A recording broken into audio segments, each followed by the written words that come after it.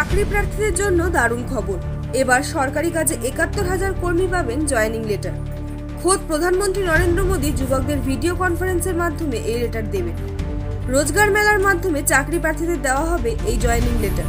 গত ২ বছর ধরে রোজগার মেলার মাধ্যমে লক্ষাধিক যুবক চাকরি পেয়েছে। রবিবার প্রধানমন্ত্রী অফিসের মাধ্যমে বিবৃতি দিয়ে এই বিষয়টি জানানো হয়। সোমবার সকাল 10:30 নাগাদ ভিডিও কনফারেন্সের মাধ্যমে এই জয়েনিং লেটার দিয়েছেন প্রধানমন্ত্রী। ২০২২ সালে রোজগার মেলা শুরু করে মোদী সরকার। ২২ অক্টোবর প্রথম শুরু হয়েছিল এই মেলা। সংসদের শীতকালীন অধিবেশনে দেশের কর্মসংস্থানের বিষয়ে কথা বলতে গিয়ে মোদী সরকার জানিয়েছেন, রোজগারের মাধ্যমে লক্ষাধিক যুবক চাকরি পেয়েছে।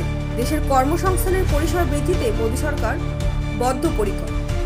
চাকরি নিয়ে প্রধানমন্ত্রীর প্রতিশ্রুতি পূরণই রোজগার মেলার মূল উদ্দেশ্য। প্রধানমন্ত্রীর অফিস একটি বিবৃতি দিয়ে জানিয়েছে এই বক্তব্য। সেখানে আরও বলা হয়েছে, দেশ গড়তে যুবকদের সাহায্য করবে এই রোজগার মেলা।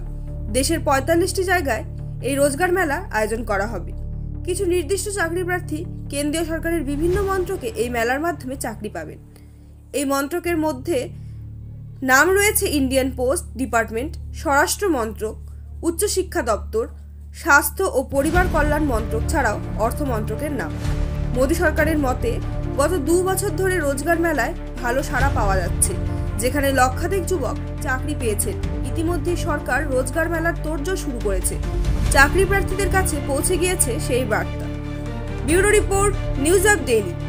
साथियों, भारत के युवाओं के सामर्थ्य और प्रतिभा का भरपूर उपयोग हमारी सरकार की सबसे बड़ी प्राथमिकता है।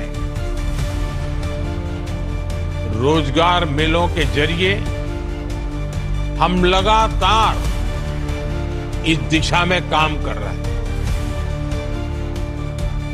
पिछले 10 वर्षों से सरकार के विभिन्न मंत्रालयों, विभागों और संस्थाओं में सरकारी नौकरी देने का अभियान चल रहा है।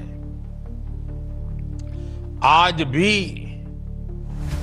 71,000 से ज्यादा युवाओं को नियुक्ति पत्र दिए गए हैं।